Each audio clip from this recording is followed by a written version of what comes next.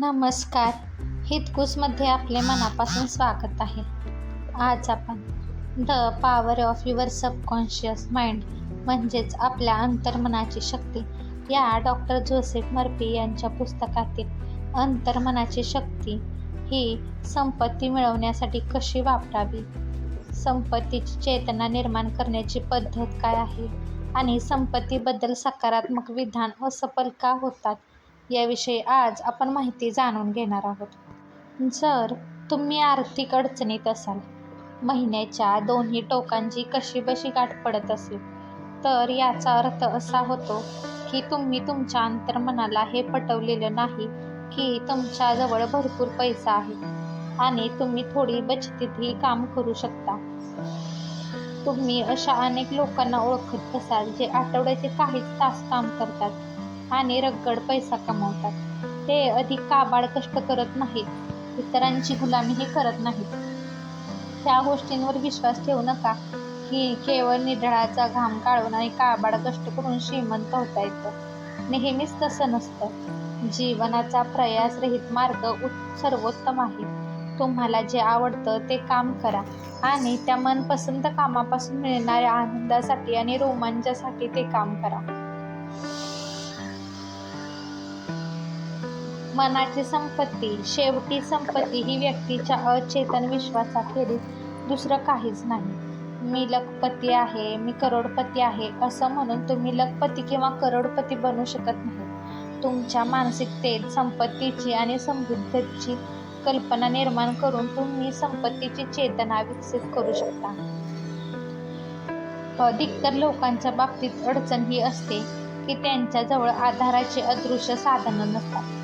जेव्हा व्यवसायात मंदीची लाट येते, शेअर बाजार कोसळायला लागतो किंवा त्यांच्या गुंतवणुकीत फायद्याऐवजी नुकसान व्हायला लागतं, तेव्हा ते असहाय्य बनतात. अशा असुरक्षिततेचं कारण म्हणजे त्यांच्या अचेतन मनाच्या समृद्ध खजिन्याचं दार कसं ठोठवावं हे माहीत नसतं. त्यांच्या आत दडलेल्या अक्षय पात्रासारख्या या भांडाराशी एखाद्याची मानसिकता गरिबीची असेल तर तो नेहमी दारिद्र्याच्या दलदलीत रुतून बसेल, तर दुसरीकडे ज्याचं मन संपत्तीच्या विचाराने काठोकाठ भरलेलं असतं, त्याच्या भोवती त्याला हव्या असलेल्या वस्तूंची रेलचेल असते.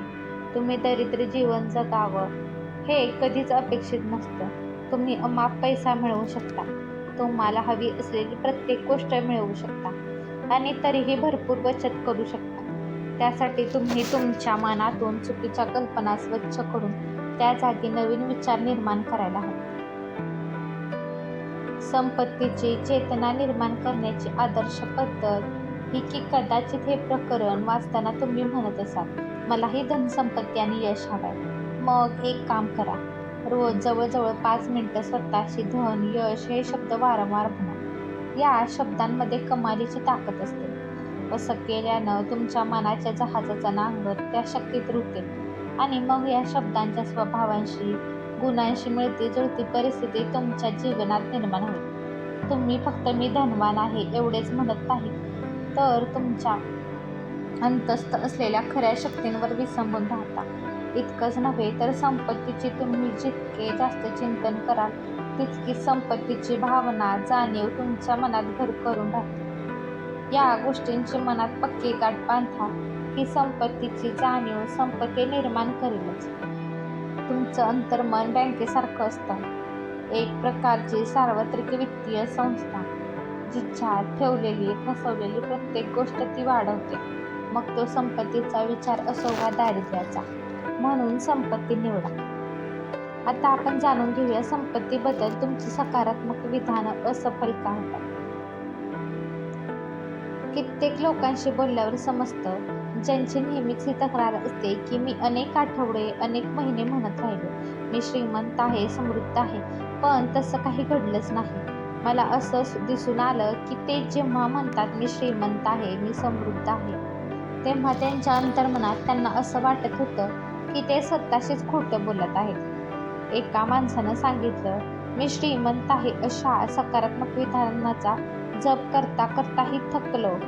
आता तर माझी परिस्थिती अधिकच बिकट झाली आहे. मी जेव्हा हे वाक्य म्हणतो तेव्हाच मला कळत नाही की ते खरं आहे खरं नाही. त्याच्या अशा जाणीवेमुळे त्याची विधानं त्याच्या बाह्य मनानं नाकारली आणि तो वरवर जे काही म्हणत होता ते व्यर्थ ठरलं आणि त्याच्या विपरीत परिस्थिती त्याच्या पदरी पडली. तुमची सकारात्मक विधानं तेव्हाच खरी ठरतात जेव्हा ती अशा रीतीने ठासून म्हटलेली असतात की त्यांच्यामुळे तुमच्या इच्छेत, कल्पनेत कोणताही मानसिक संघर्ष किंवा विवाद निर्माण होत नाही. या माणसाच्या सकारात्मक विधानांनी परिस्थिती अधिकच बिघडली, कारण ती खरी नाहीत असं त्याला वाटत होतं. त्यामुळे त्यात अभावाबरोबरच तंगीही सूचित होत होती.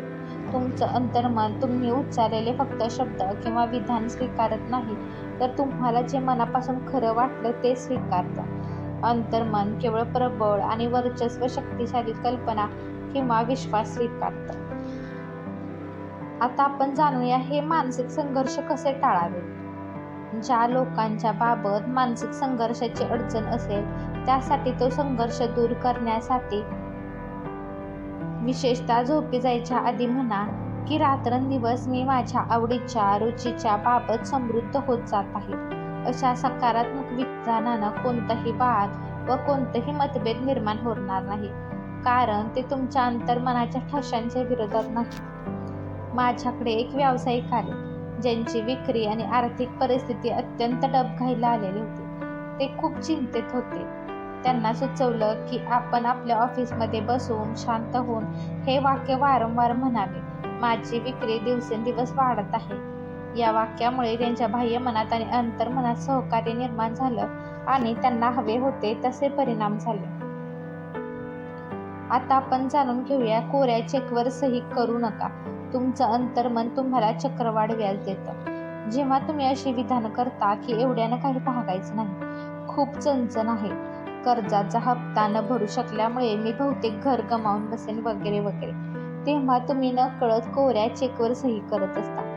जेव्हा तुमच्या मनात भविष्याबद्दल खूप भीती असते तेव्हा तुम्ही असा कोरा चेक सही करत असता आणि नकारात्मक परिस्थितीला तुमच्याकडे आकर्षित करत असता.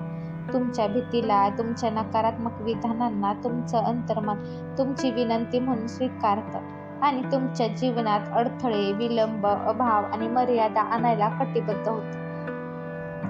तुमचं अंतर्मन तुम्हाला चक्रवाढ व्याज देतं.